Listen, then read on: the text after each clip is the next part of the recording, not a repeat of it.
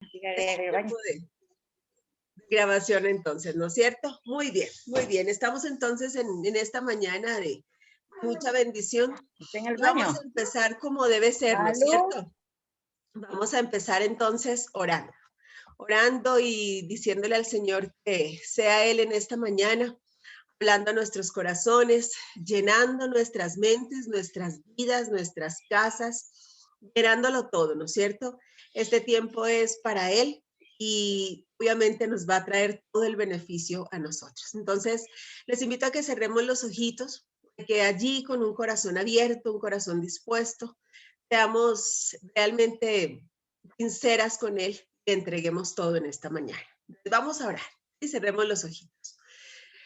Padre lindo, papá bueno, Señor, gracias, muchas gracias por esta mañana maravillosa, la bendición de estar de nuevo reunidos en tu nombre. Gracias, Padre, porque cada minuto es un milagro que viene de tu mano, viene de tu amor de papá, viene de tu grandeza, de tu soberanía, de tu luz maravillosa. Señor, tú eres bueno, tú eres nuestro papá, tú tienes el control absoluto de todo. Por eso nuestras vidas hoy pueden estar aquí, confiadas en tus manos, porque aquí estamos, Señor, para decirte que te amamos, reconocer que sin ti no somos nada, que no queremos estar donde tú no estás, no queremos ir donde tú no vas, sino que queremos, Padre, enfrentar cada día, todos los días, con un corazón agradecido y lleno de la certeza de tu amor, aún en cada prueba, Señor. Padre, hoy nos ponemos en tus manos, te entregamos nuestro corazón. Lo rendimos a ti pidiéndote que nos perdones. Si hayas en él caminos de iniquidad, si hayas en él caminos de maldad, si hayas en nuestro corazón caminos de pecado, perdónanos, Padre, y límpianos. Como decía el salmista, lávame con hisopo y seré limpio. Límpianos, Señor. Haznos dignos en esta mañana de estar delante de ti, de escuchar tu palabra con total libertad. Danos hoy la certeza, Padre, de ser aquellos hijos que tú anhelas que seamos, de ser esos hijos a los que tú veas y te sientas orgullosos, de ser esos hijos que te glorifiquen en todo lo que hacen, en todo lo que dicen, en todo lo que emprenden, en todo lo que ven. Nuestros ojos, Padre, nuestros ojos sean una una lámpara que solamente es encendida con tu luz, Señor, con la tuya. Que el mundo no pueda deslumbrarnos con nada, el mundo no nos pueda engañar, sino que todo el tiempo nuestros ojos estén puestos en ti, como tus ojos están puestos en nosotros. Hoy, Padre, ponemos en tus manos todo lo que representamos, nuestra vida, nuestras generaciones, a todos los que amamos, también a los que no amamos, Señor. Gracias. Gracias porque todo en tus manos es para nuestra bendición, es para nuestro bien. Todo viene de ti. Todo, Señor, hace parte de tu plan perfecto y maravilloso. Dele gracias a Dios. Dele gracias a Dios por aquello aún que usted no entiende. Dele gracias a Dios por las pruebas que usted ha tenido que enfrentar en estos últimos tiempos, por los desafíos que nos ha traído en este tiempo la vida. Dele gracias al Señor porque usted nunca ha estado solo. Bendígale y reconozca que por duro que haya parecido todo esto que estamos viviendo, usted ha sentido su mano poderosa. Dele gracias si usted ha visto su sustento, su cuidado, su protección. Dele gracias aún por esta nueva oportunidad de vida que Él le está dando al sacarle de la enfermedad a la vida, al darle este nuevo tiempo, esta nueva forma, al mostrarle aquellas cosas que debemos cambiar. Gracias, Señor. Muchas gracias por todos y cada uno de estos tus hijos. Benditos, bendecidos en tu nombre a quienes tú hoy has invitado a estar aquí, en este lugar de tu presencia, en este lugar donde venimos a proclamar tu nombre y donde, Espíritu Santo de Dios, venimos a escucharte a ti, a escuchar tu voz y tu palabra, a oír de tu boca lo que quieres decirnos. Señor, nosotros necesitamos este bálsamo puro que es tu voz. Necesitamos de tu palabra. Necesitamos que hoy vengas y nos reveles a Cristo, y nos muestres su ejemplo como hijo, porque queremos ser cada día más idénticos, tener más identidad de hijos. Gracias por hablar a nuestros corazones, por servirte de mi vida, Señor, y darme el privilegio de servir a estos tus hijos. Gracias por poder estar reunidos hoy y darte gracias por la vida de Ali, Señor, en esta semana en la que le has regalado un año más de vida. Bendice y habla de todos los días a su corazón. Gracias por la vida de Alexandra, Señor, por poderla tener aquí entre nosotros. Gracias porque sé que aunque batalló con la muerte, Señor, tú la tienes aquí hoy victoriosa. Gracias por Paquita y por cada una de las mujeres que hoy necesitan tu mano extendida de sanidad. Gracias, papá. Muchas gracias porque eres nuestro papá. Te bendigo por llenarnos, por restablecernos, por hacer de nosotros cada día conforme a tu diseño perfecto. Bendigo, Señor. Te doy gracias y nos quedamos contigo, Espíritu Santo, en el nombre precioso, el nombre sobre todo nombre de nuestro amado Cristo Jesús. Amén. Amén. Bueno, qué lindo. Ahí está mi Pauli Cáceres. Qué dicha verte, mi reina. Te he extrañado mucho. Qué bueno. Ahí está mi Lore, bonita. La mamita siempre le gana. Bien hechito. Muy bien. Y está mi Yoli. Muy bien. Mi Alex. Mi Alex está desde Machala, ¿cierto, mi reina? Creo que sí. Bueno, ahorita nos saluda mi Alex. Muy bien.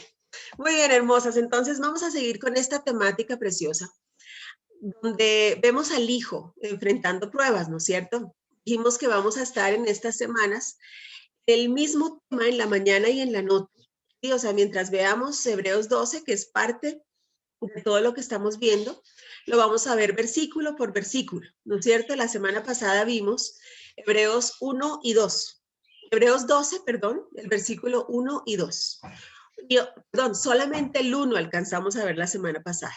Hoy vamos a ver el 2 y el 3, ¿cierto? Ahí nos quedamos y les dije, nos vamos a detener un poquito en el ejemplo precioso, mi Jimé linda, en el ejemplo precioso del hijo, ¿no es cierto? Cómo el hijo enfrentó las pruebas y cómo nos enseñó a hacerlo.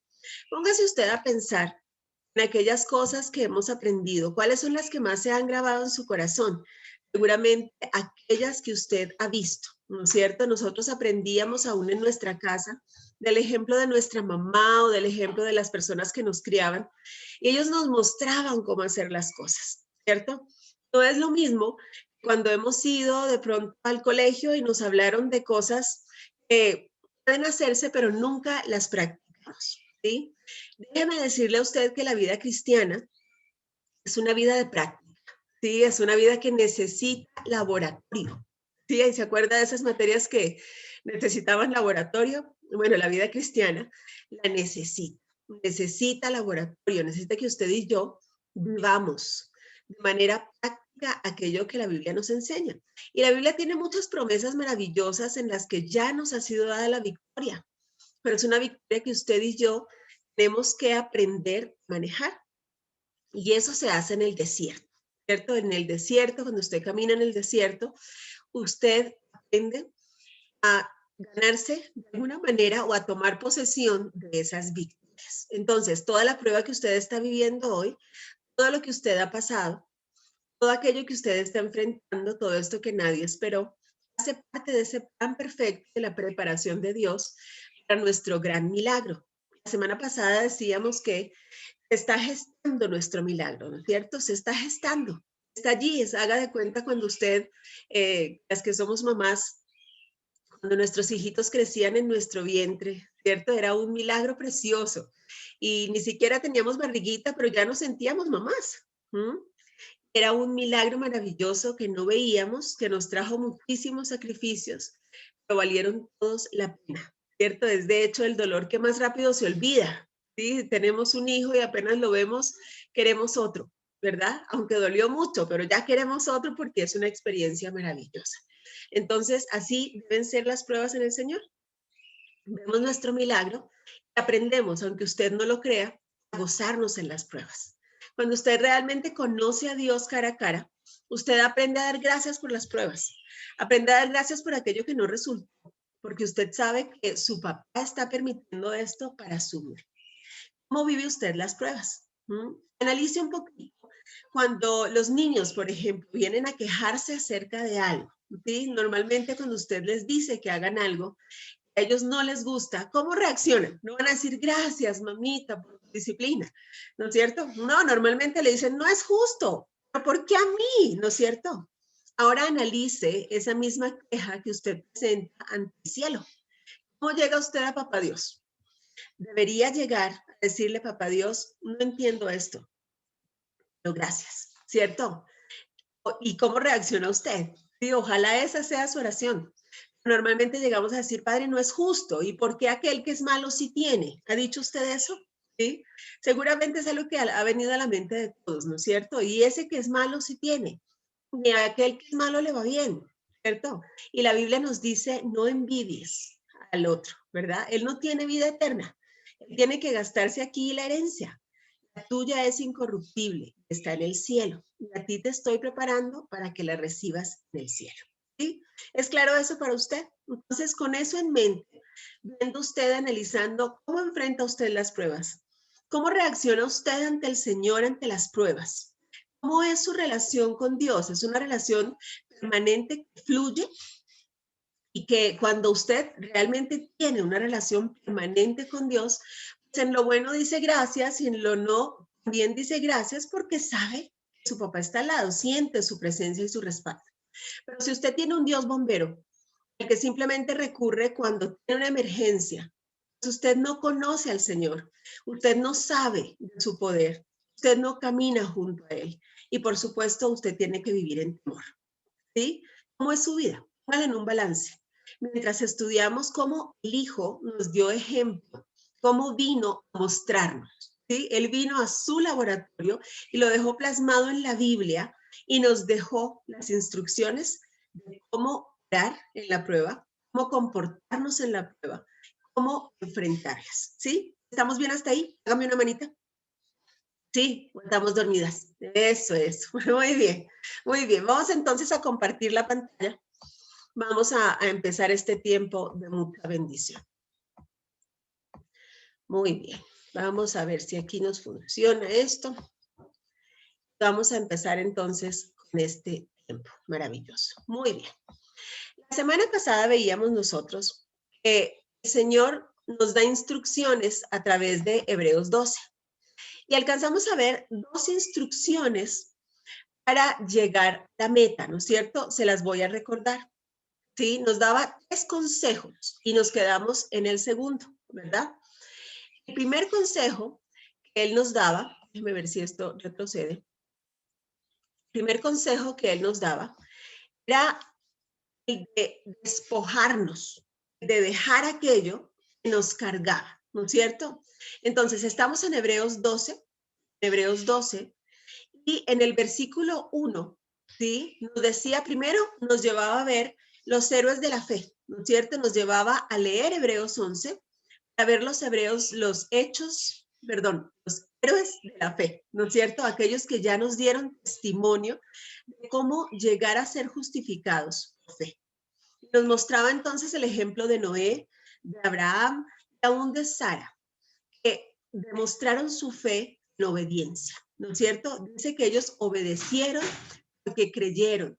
Y entonces cada uno de ellos, en el caso de Noé, logró salvar a su familia y a todos nosotros que somos su familia, salvó la especie humana y todas las demás especies, ¿no es cierto? Abraham llegó a ser padre de naciones y Sara, aún ya en su vejez, recibió fuerzas, tanto como Abraham, para ser padres. ¿Sí se acuerda? Dijimos que vamos a leer Hebreos 11 para seguir conociendo a estos hombres y mujeres de fe. Y entonces allí nos llevaba a la segunda parte del versículo, donde nos mandaba a despojarnos, a dejar a un lado 2 cosas. Lo que nos estorba, el pecado nos enreda, ¿no es cierto? Y veíamos entonces que hay muchas cosas, entre ellas las cosas culturales, la religiosidad, el dinero, las cosas materiales, que pueden simplemente atar nuestra vida y estorbarnos para que sigamos adelante. Y dice que el pecado nos enreda, es más o menos como una cuerda en la que usted se mete, ¿no es cierto? Usted se mete como en una telaraña, donde queda allí expuesto a que el diablo haga con usted lo que quiera. y le robe la bendición que a usted ya le ha sido dada. Entonces, no le permita a usted seguir adelante y llegar a esa meta que es el Señor Jesucristo, ¿cierto? Y el segundo consejo nos decía, tenemos que correr con paciencia, con perseverancia. Veíamos nosotros que la paciencia desarrolla el carácter, pero ¿cuál carácter? El carácter de Cristo, ¿no es cierto? Tiene que haber un momento en el que a usted ya no se le note si es sanguíneo, colérico, melancólico, flemático, a usted ya no se le nota, ¿sí? Si usted quiere estudiar acerca de los temperamentos, déjeme ahí en el chat un recordatorio para que estudiemos acerca de los temperamentos si usted no los conoce, ¿sí? Déjeme ahí en el chat para que yo recuerde y lo vemos pronto, porque nuestro carácter debe ser formado, pero ¿para cuál? ¿Qué debe ser? ¿Cuál es nuestro ejemplo? El carácter de Cristo. Vamos a analizar esos temperamentos y usted me va a decir qué temperamento tenía Cristo, ¿sí? Y usted va a ver que en él había de todos un poco, al final ninguno. Era un carácter tan controlado por el Espíritu Santo que usted ve las fortalezas de todos los temperamentos, pero ninguna debilidad. Ese carácter debe estar formado en nosotros, ¿cierto? Que cuando nos vean, nos digan, te pareces a tu papá Dios, ¿sí? Eso tiene que llegar a ocurrir. Créanme que el mejor día de mi vida fue cuando mis hijos se pararon frente a mi papá y a mi mamá y me dijeron, mami, te pareces a tu papá Dios, ¿sí? Ese fue el mejor día. Sí, ya no tenía ni el carácter fuerte del uno, ni el carácter débil del otro, no, no, ya tenía simplemente algo que les llevaba a identificar en mí a papá Dios. Ese fue el mejor día de mi vida. Y es lo que tiene que ocurrir en nosotros, sobre todo nuestros hijos, son aquellos a quienes estamos dejando un legado, vean que el carácter de Cristo, aun en cosas muy duras, es formado en nosotros, ¿sí? Eso es, entonces, con paciencia, una paciencia que la llaman también aquí resistencia, en otra versión le llaman perseverancia, lo debemos permanecer, ¿sí? Para que el carácter de Cristo sea formado en nosotros. Y hoy nos vamos a detener entonces en el tercer consejo. Desde que esto empezó, nos decían que había una meta, una meta en la que debíamos nosotros poner nuestros ojos. Desde el principio nos decía que fijemos nuestra mirada en Jesús. Mire bien, Jesús, no en el mundo, no en aquello que nos enseñaron. A nosotros nos prepararon tristemente en la vida. Recuerda usted que le decían en la casa, a usted le decían, usted tiene que estudiar mucho para luego conseguir un buen empleo y conseguir mucha plata y estar tranquilo. Yo no que así le decían a uno. A uno lo prepararon para tener, pero nunca nos prepararon para ser, ¿sí? Y está bien tener. La misma Biblia yo les mostraba en Eclesiastés 5, dice que las riquezas no son malas, lo malo es nuestra actitud ante ellas, la forma en que ellas pueden degenerar en nosotros la imagen de aquello que es importante, de aquello que es valioso, ¿sí? Yo les mandaba a ustedes en estos días una leyenda, ¿no es cierto?, donde decía, ponga usted en una balanza lo útil, lo valioso, ¿sí? Y aprenda usted a vivir por prioridades. Nos manda la tercera meta, el tercer consejo es fijar los ojos en Jesús. Él tiene que ser nuestra única meta, no hay otra. ¿Por qué? Que dice que de Él procede nuestra fe. ¿Se acuerda que veíamos en el primer puntico que del Señor procedió la victoria de aquellos hombres que vivieron en fe y que ellos lograron lo que quisieron por fe? ¿Sí? Es la galería de los héroes de la fe, en el cual su nombre tiene que estar escrito. Y dice que ellos obedecieron por fe y por fe tuvieron la victoria. Entonces aquí nos dice que de Él procede nuestra fe. Es decir, si mis ojos no están puestos en el Señor, en su obra, en su palabra, en su amor por mí, yo no voy a poder llegar a esa meta. ¿Por qué? Porque no voy a vivir por fe. ¿Sí? Le resumo esto entonces. Si usted es cristiana, si usted sigue a Cristo, usted vive por fe. Es vivir por fe. Vamos a ver la fe del Hijo de Dios y la vamos a imitar, ¿cierto? Eso vamos a ver hoy. Y nos dice, y Él es quien la perfecciona. O sea, imagínense que no solo se trata de tener fe, sino de perfeccionar nuestra fe. Su vida es una obra de fe. El Señor tuvo fe. Él vino, le creó a usted con un diseño perfecto.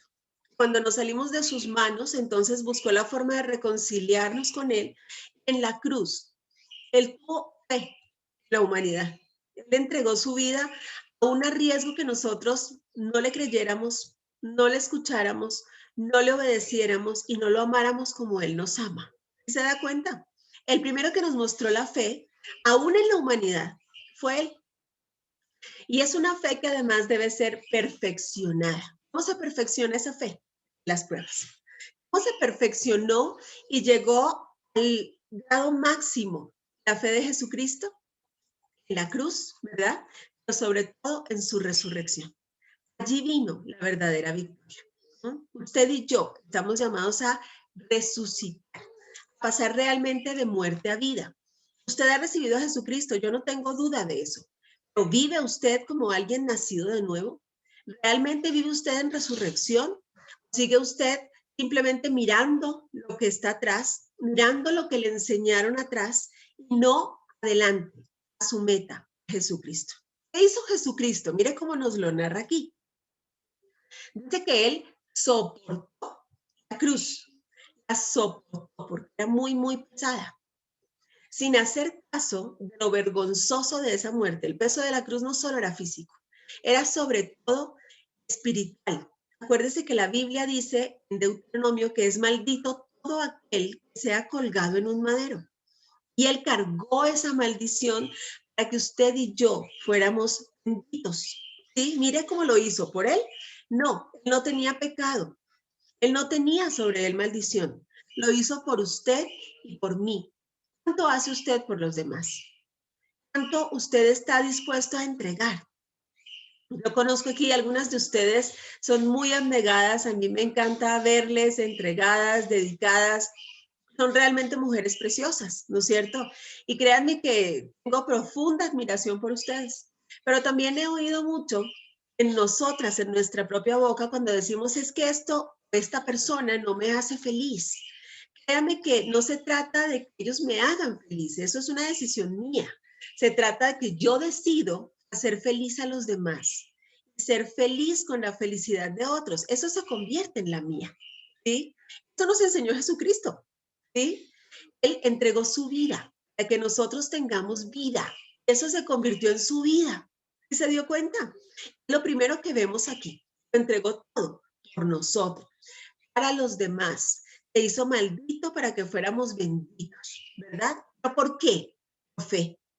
¿Por fe por qué? Porque él sabía que después del sufrimiento tendría gozo y alegría.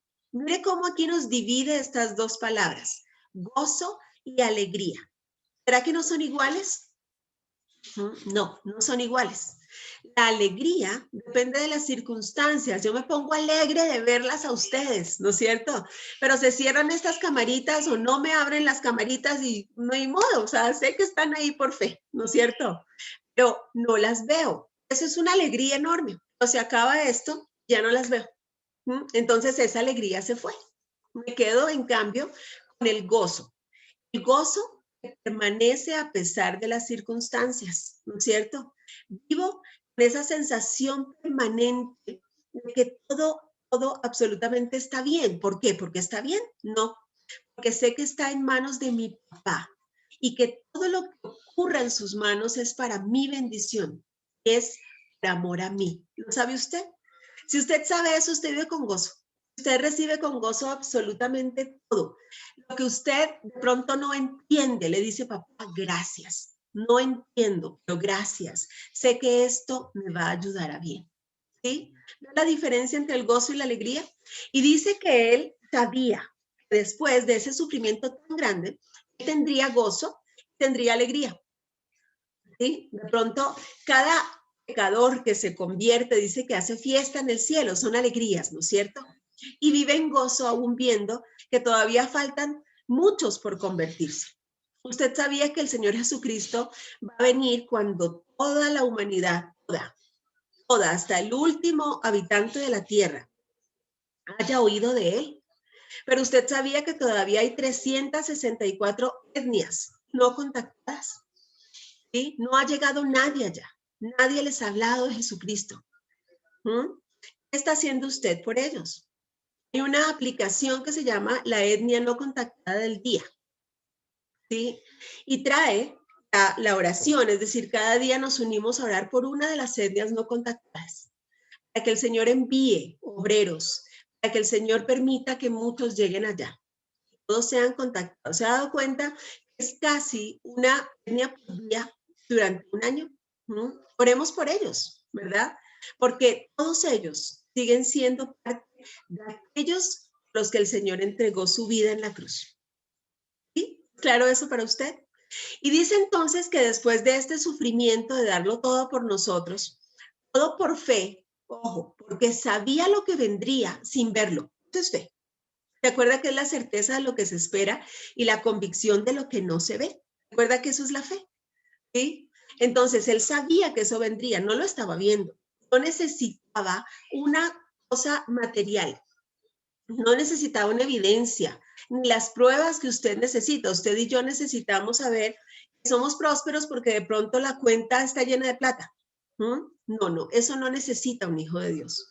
Un hijo de Dios sabe que su papá es el dueño del oro y la plata y su papá lo tiene todo y quiere sobreabundar su vida, si no tenga nada. Entonces vive en gozo. ¿Sí se da cuenta? Y dice que entonces, después de todo esto, se sentó a la derecha del trono de Dios, se sentó allí con papá Dios, ¿no es cierto? Siendo él Dios. Por lo tanto, mediten en el ejemplo de Jesús que sufrió tanta contradicción de parte de los pecadores, o sea, de parte de nosotros. La contradicción no era por él, era por nosotros. Por eso no se cansen ni se desanimen.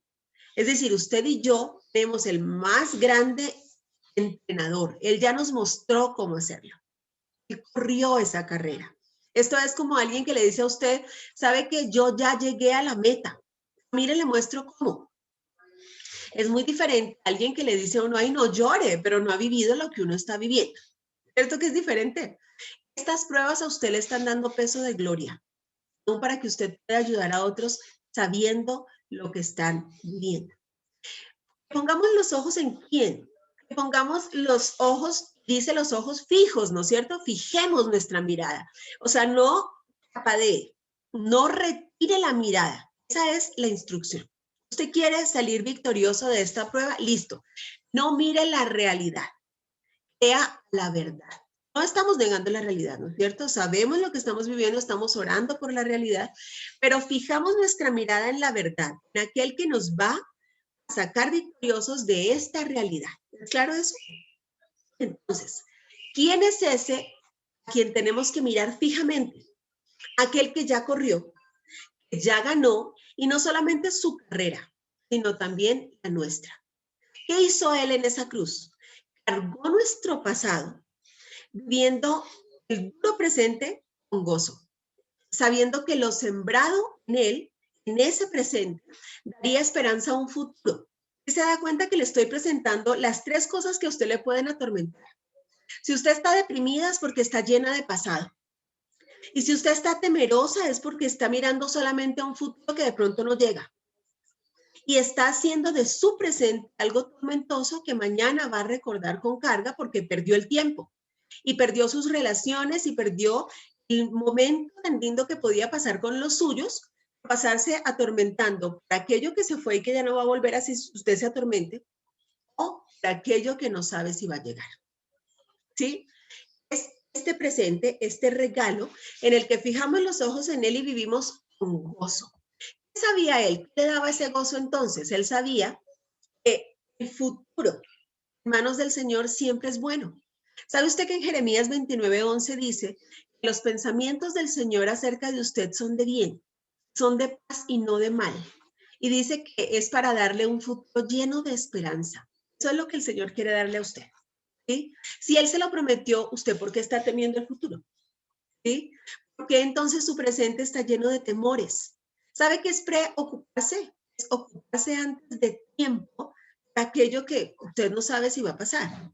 Las mayores tragedias ocurren en la mente humana. Lo peor es que empieza usted a sufrir aquellas cosas que no han llegado y se pierde de disfrutar lo que sí está a su lado. Entonces, No es posible alegrarse en la prueba, eso lo vamos a ver aquí mismo en Hebreos 12, ¿no es cierto? Pero sí, como un acto de amor, es posible llenarnos de esperanza al saber que el resultado, sea cual sea, en manos de Dios, será de bendición y vida eterna. ¿Sabe usted eso? ¿Está consciente usted de eso? Entonces, nuestra única meta puede ser Cristo y su ejemplo. ¿Cómo vivió él por fe? ¿Qué hizo? Él enseñó, él predicó, él sanó, liberó espíritus. Todo en nombre del Señor. ¿Qué hizo el Señor Jesucristo permanentemente en su vida? Analice su vida. Él vivió abriendo pozos, ¿cierto? Pozos por donde quiera que fue, donde quiera que él iba, predicaba y proclamaba al Señor. Donde quiera que él iba, establecía el reino de Dios y su justicia. Habría pozos que usted y yo hemos heredado. Gracias a esos pozos ha brotado el agua viva que usted y yo recibimos hoy. Entonces, si usted fija la mirada y sigue el ejemplo, usted tiene que estar abriendo un pozo hoy. ¿Su casa es un pozo donde fluye el agua viva? ¿En su casa se predica la palabra del Señor? ¿O simplemente usted se limita a aquello que otros quieren venir a predicarle? ¿Delega usted la formación espiritual de su familia? ¿Se hace realmente responsable de lo que solamente usted es responsable? ¿Sí? ¿Qué está haciendo?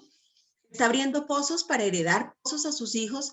¿Cómo? No dándoles todo servido, no dándoles solo para que tomen, sino enseñándoles a abrir pozos. Así garantiza usted que sus hijos van a permanecer con los ojos puestos en Jesús, no dándoles todo en bandeja de plata, pero enseñándoles a seguir al Señor.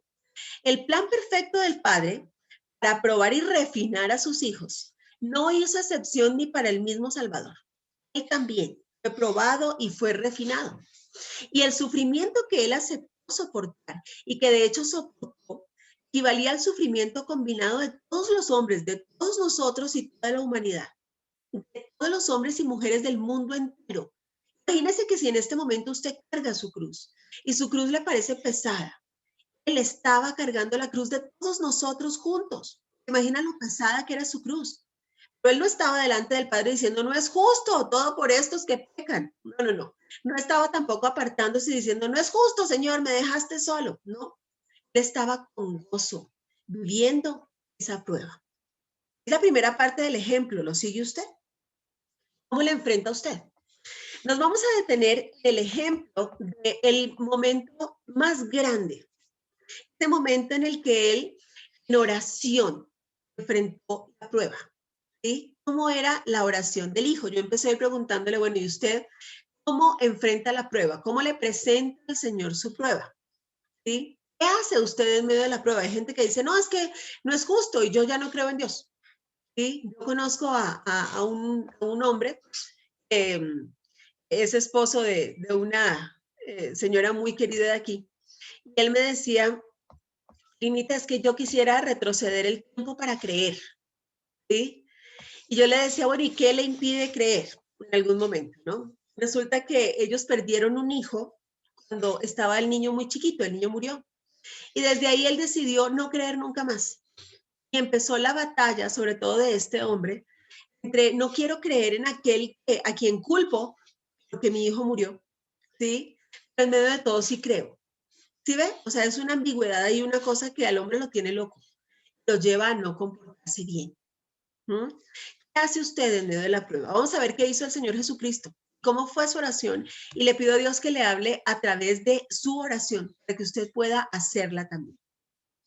Usted va a encontrar este momento, el momento en que el Señor estaba en el Getsemaní, que significa prensa de aceite, ¿cierto? Resulta que este lugar también es conocido como el Monte de los Olivos. ¿No? Esos olivos, esos frutitos, al aplastarlos sale el tan preciado y caro aceite de oliva, ¿no es cierto?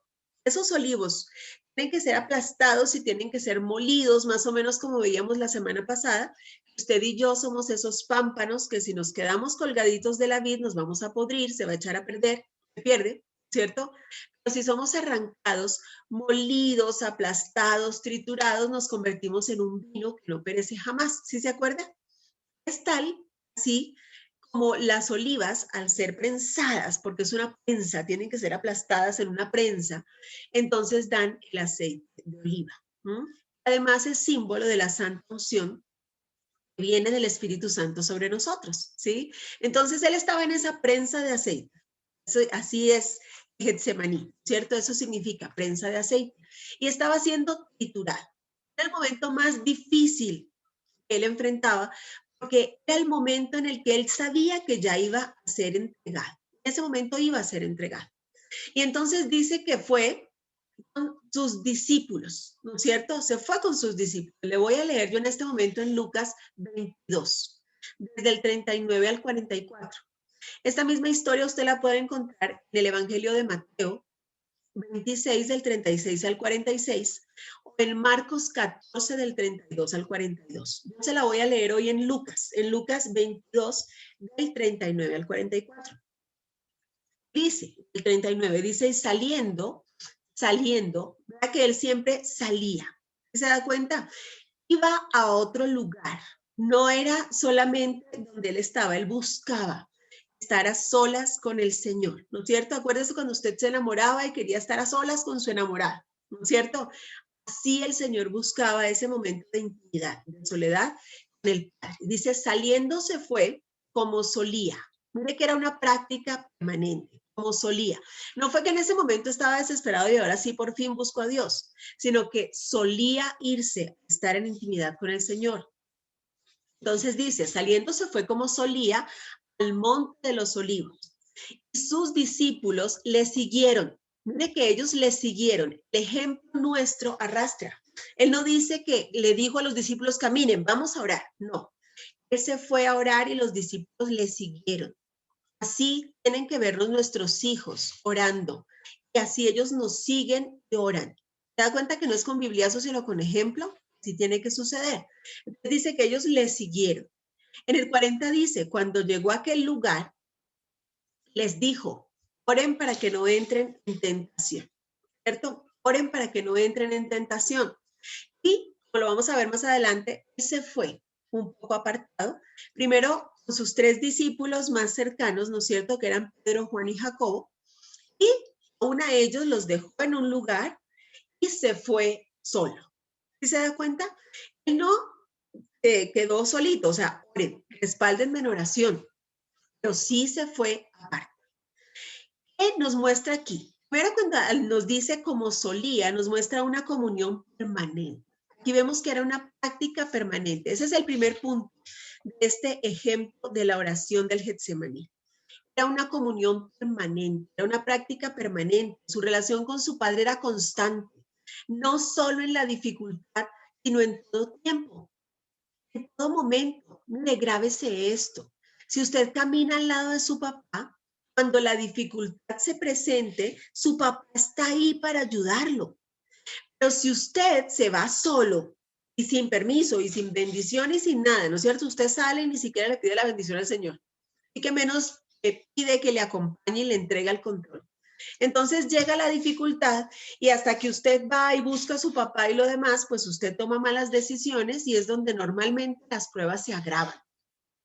Pues si usted está permanentemente con su padre, créame, ese es el instante en el que momento a momento se van alivianando las cargas. Entonces, esto es permanente, es orar sin cesar, es comunión permanente, es que usted viva todo lo que vive con su papá.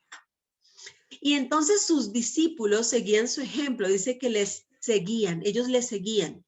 Y él les llamaba a orar. ¿Cómo? Primero con su ejemplo. O sea, me voy a orar. Y una vez que ellos decidieron seguirle, ahí sí le dicen, oren para que no entren en tentación, ¿no es cierto? Es decir, que no es yo pueda realmente mandar a otros a hacer lo que yo no hago. O sea, yo le digo a mi hijo, controla tu ira, pero yo soy iracunda. ¿Cómo hago eso? ¿Sí? ¿Cómo sería eso posible? No, no es posible, ¿cierto? Tengo que mostrarles cómo yo lo hago, cómo situaciones en que me provocarían a profunda ira, yo me controlo, le doy gracias a Dios y le entrego a Él esa situación. ¿Cómo está enseñando usted? Jesucristo enseñaba con el ejemplo de su comunión permanente. Vivir en la presencia de Dios da testimonio de vida Ojo, la comunión se nota. La Biblia dice que Moisés cuando bajaba del monte de la presencia del Señor resplandecía. A usted se le tiene que notar la presencia del Señor. Si usted está permanentemente en manos del Señor, llenándose de su amor, pues usted va a hablar amor. Usted va a ser portador de ese amor y portador de paz. Usted no va a ser una persona que está en críticas, que está en chismes, que está en amargura. Usted no va a reaccionar mal. Usted simplemente va a hacer todo como está viendo a su papá hacer. Lo segundo que ocurrió allí es que él nos mostró que esta comunión es en secreto, en intimidad y en humildad. Si usted está escribiendo, por favor, escriba grande estas tres palabras. En secreto, en intimidad y en humildad. El versículo 41 dice, y él se apartó de ellos a distancia como de un tiro de piedra y puesto de rodillas oró, diciendo, Padre, si quieres, pasa de mí esta copa, pero no se haga mi voluntad sino la tuya.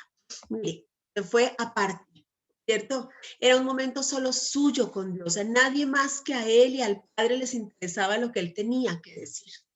Son momentos de soledad. Estos momentos, esta relación personal con Dios, no se reemplaza con ningún culto, con ninguna prédica que usted ve. Hay gente que me dice, no, es que yo no oro, pero yo veo muchas prédicas en televisión, yo estoy oyendo prédicas todo el tiempo. No, nada reemplaza su relación personal con Papá Dios. Eso es como si usted me dijera, ay, sí, Linita, yo no te llamo nunca, nunca te hablo, nunca te escribo, pero te pienso siempre.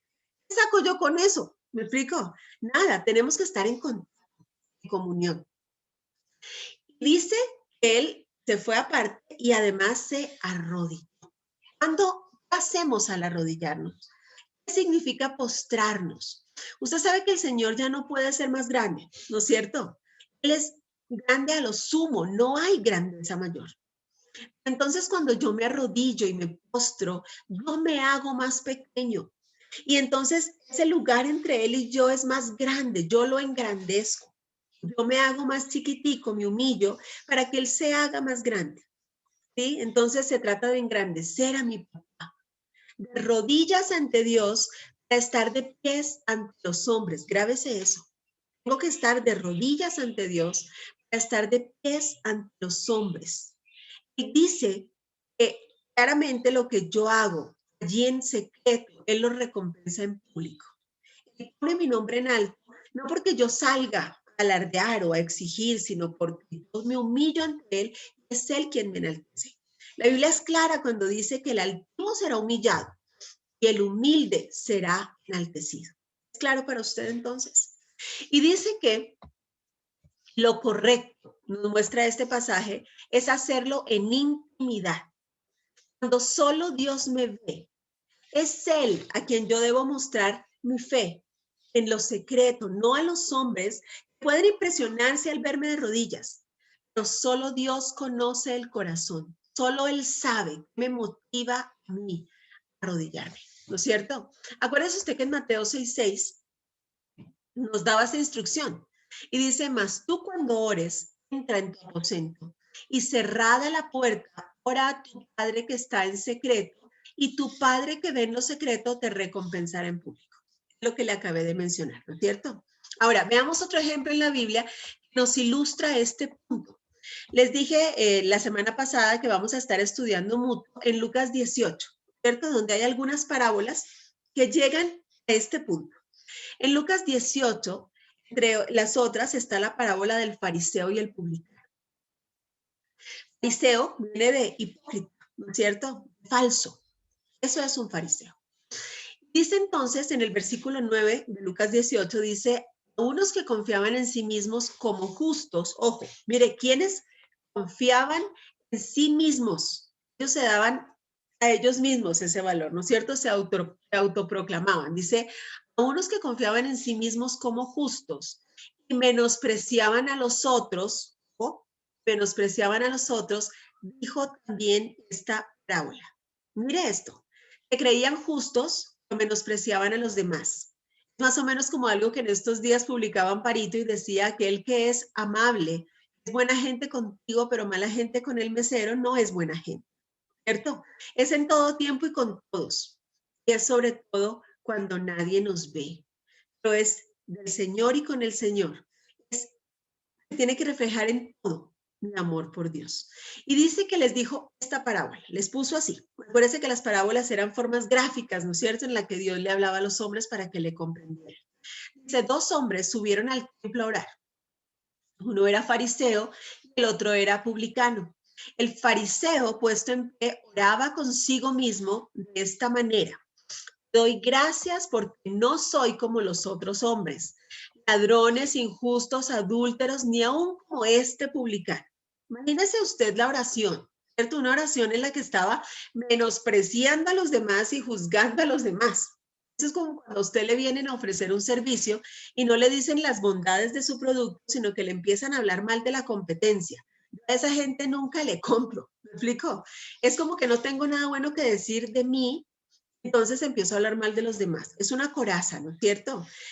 Le empieza diciendo, en cambio, el publicano, aquel hombre que realmente estaba delante de él con un corazón sincero. Mire lo que dice en el 13, si usted está ahí en su Biblia, sígame. Está en Lucas 18:13. En el 13 dice, mas el publicano, estando lejos, ¿sí se da cuenta? Como a un tiro de piedra como el Señor, estando lejos, le dijo, no quería ni aún alzar los ojos al Señor, sino que se golpeaba el pecho diciendo, Dios, sé propicio a mi pecador. ¿Sí? Mire cómo era la oración del publicano. ¿Sí? Era una oración en secreto en la que él reconocía sus pecados. Hace 8 días, creo que sí, me hacía una pregunta y yo le decía, mira, los principios que aprendemos en la Biblia tienen que servirme para saber cómo comportarme yo, no para juzgar a los demás. Los demás van a tener que responderle al Señor como yo voy a tener que responder por mi vida. Entonces, no me puedo presentar como el fariseo a decir es que estos ladrones injustos, adúlteros, ¿no es cierto? ¿Sí? Y aún juzgar al publicano que estaba delante del Señor sinceramente. Encima de todo, este señor le decía, es que yo ayuno 2 veces por semana y doy diezmos de todo lo que gano. O sea, encima venía a echarle en cara al Señor, hacía lo que tenía que hacer, ¿cierto? Mientras que el publicano muy humilde, así aparte le decía, Señor, sé propicio a mí, pecado, perdóname. Y mire cómo el Señor les mostraba esto, perdóname, respóndele, hijito, y dicen, os digo, dice en el versículo 14, que este descendió a su casa justificado antes que el otro. ¿De quién hablaba? Del publicano, ¿cierto? Del humilde de corazón. Dice, os digo que este descendió a su casa justificado antes que el otro, porque cualquiera que se enaltece será humillado, y el que se humilla será enaltecido. Aquí está lo que yo le decía hace un momento, ¿verdad? Más adelante, en ese mismo pasaje, le enfatizó que en el reino de los cielos entran aquellos que son como los niños, ¿cierto? Ojo, no se trata de inmadurez, se trata de inocencia, de dependencia, ¿cierto? El niño es nato ser hijo, recurrir en todo a su papá, depender de él con total confianza. Eso hace una persona que realmente ama a Dios, que vive con él en lo secreto. ¿Por qué el niño? Analícelo usted aquí. ¿Por qué el niño, los niños son tan cercanos a sus papás? Acuérdense cuando sus niños eran chiquiticos, ¿cierto? Pasaban todo el tiempo con nosotros y dependían de nosotros en todo. ¿Sabe por qué? Porque estaban muy cerquita, ¿cierto? De niños los tenemos más cerquita. Mire que es esa comunión permanente. Cuando van creciendo, van saliendo de casa sin nosotros, de alguna manera se van alejando. Y a veces, generalmente, las relaciones se van deteriorando. Empiezan a tomar decisiones y hacen que nosotros tengamos participación en ellas. Es decir, de alguna manera empiezan a apartarse de su identidad de hijos y pasan a la independencia, que era una de las cosas que nos alertaban, ¿se acuerdan? En las plagas de Egipto, que el propósito del diablo siempre será independizar a los hijos de su casa paterna, de sus padres. Cuando dependemos y nos humillamos, cuando mi relación con mi papá es permanente, cuando soy hijo de manera permanente. Es lo único que usted no puede perder, su identidad de hijo, de total confianza. Y entonces allí mismo en Lucas 18, más adelante, del versículo 15, dice que traían a él a los niños para que los tocase, lo cual viendo los discípulos les reprendieron. Mas Jesús llamándolos dijo, dejad a los niños venir a mí y no se lo impidáis porque de los tales es el reino de los cielos, el reino de Dios. De cierto os digo que el que no recibe el reino de Dios como un niño no entrará a él. Entonces sí se da cuenta que además de todo hay humildad. Estaba diciendo él como hijo. Dale usted aquí muy claro. Él no llegó a decir, ya, Señor, yo quiero esto, sabes que decidí que no voy a la cruz.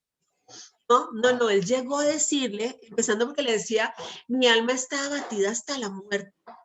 Y si es posible, o sea, si tú quieres, Señor, si está en tu voluntad, pasa de mí esta copa, pero no se haga como yo quiero, sino como tú.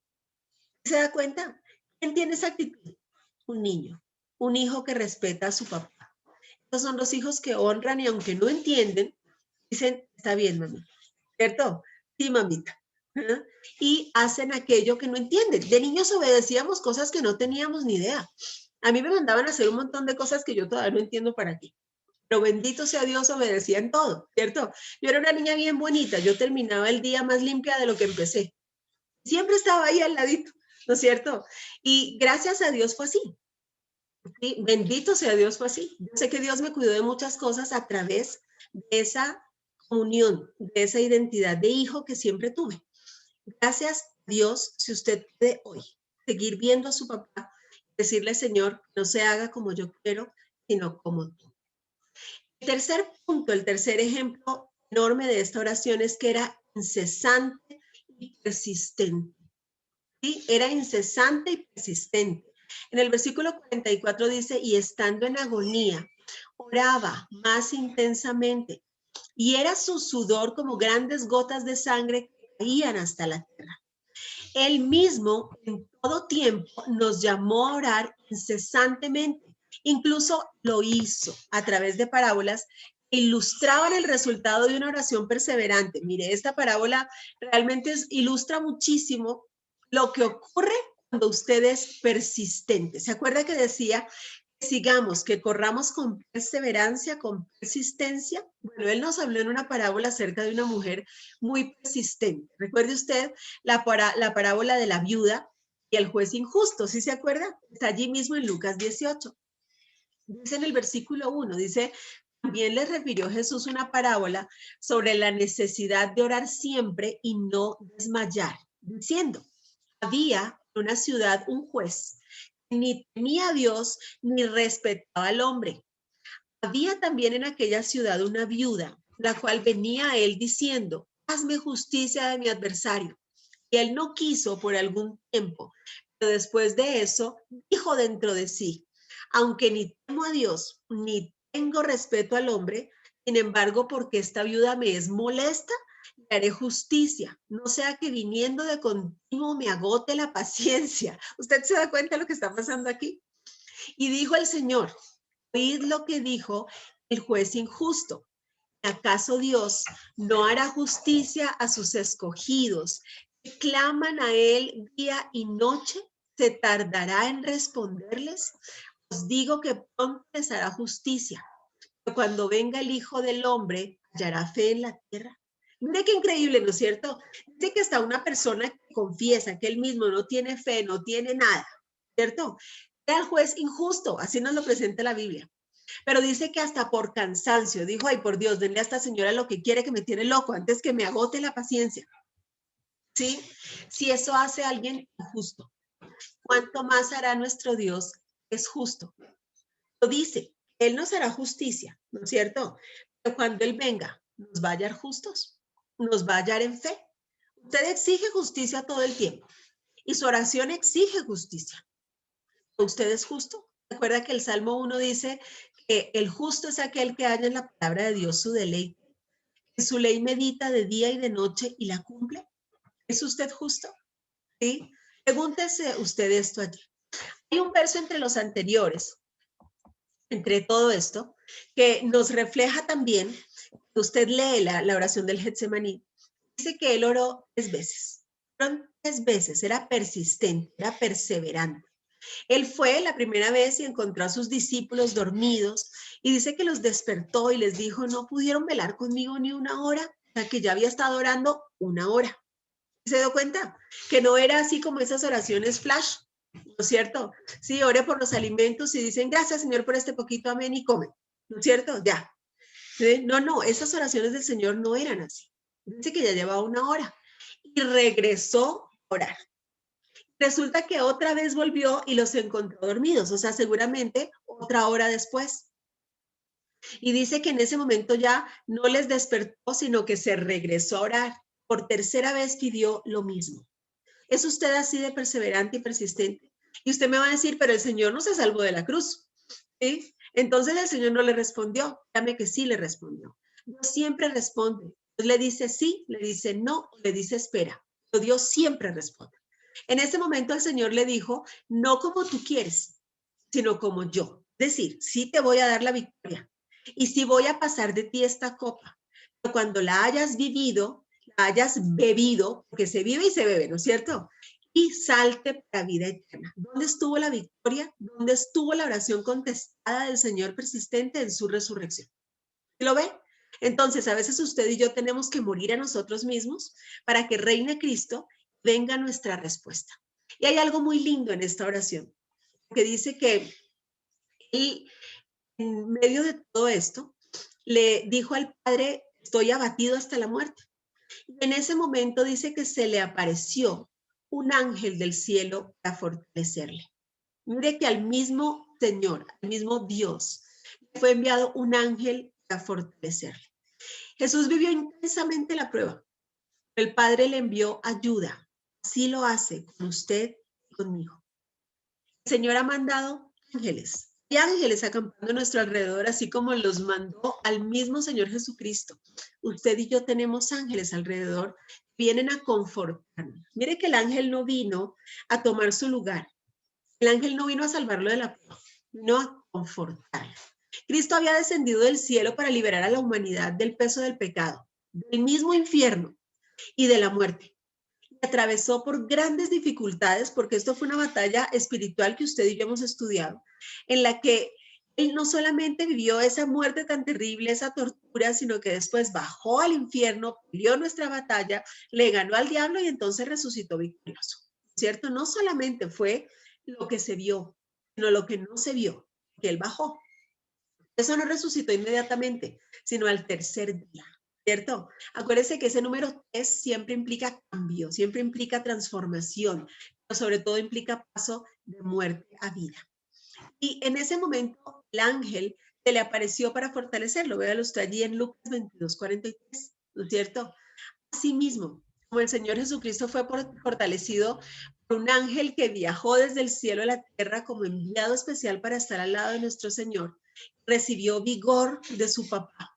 Así, el Señor también está dispuesto a respaldarnos a nosotros, a fortalecernos como hijos, a llegar y apoyarnos en nuestras adversidades, en nuestras necesidades. Muchas veces cuando estamos a punto de recibir una gran bendición, como la que usted está pronto a recibir, vamos a enfrentar muchos problemas. ¿Sí? Incluso en nuestras propias familias, en el matrimonio, en los hijos, en la iglesia, en el ministerio, las amistades, humillaciones, en fin, muchas cosas. Las oposiciones nunca van a dejar de existir, nunca van a terminar. ¿Sabe cuándo van a terminar? Cuando venga el Señor. Es usted y yo debemos anhelar que Él venga. ¿Quién puede decir que está libre entonces de estas cosas? Este es el tiempo de aumentar nuestra relación con Dios, de hacer que crezca, que se haga personal, persistente, que sea una oración en lo secreto, que sea una oración íntima, que sea algo que nos fortalezca. ¿Sí? Este es el tiempo de seguir este ejemplo. En la oración, sin importar el nivel de prueba o adversidad. Acuérdense que la prueba es una cosita a la vez, ¿no es cierto? La adversidad es un conjunto de pruebas y es cuando usted dice es que se me vino todo encima, ¿sí? Eso es una adversidad, es un conjunto de pruebas, ¿no es cierto? Es una tribulación. Y dice que después de todo esto que solamente está puesto en su vida para refinarlo, para perfeccionar la obra maestra del Señor en usted, ¿sí? Todo esto simplemente está anunciando a usted, viene una gran victoria, viene su gran milagro, ¿sí? Esto es el momento que le dice que usted va a salir victorioso, que usted va a salir por la puerta grande que Dios nos ha abierto en este mundo y que nadie puede cerrar. Yo le invito hoy entonces a que usted no deje de perseverar en el uso de este instrumento de poder, la clave para salir adelante, que es la oración, pero no cualquier oración, una oración de fe, una oración que en ese momento puede no tener respuesta, pero créame, tu respuesta es tan grande, es tan maravillosa, que no es inmediata. Dios no es Dios de cosas instantáneas. Dios no le gusta algo rapidito, ¿sí? Dios no. Usted no fue hecho en China. Usted fue hecho realmente para durar, ¿sí? Para propósitos grandes y maravillosos. Entonces, en su vida las cosas no pueden ser así, inmediatas, simples, de un minuto. Usted está hecho para vida eterna.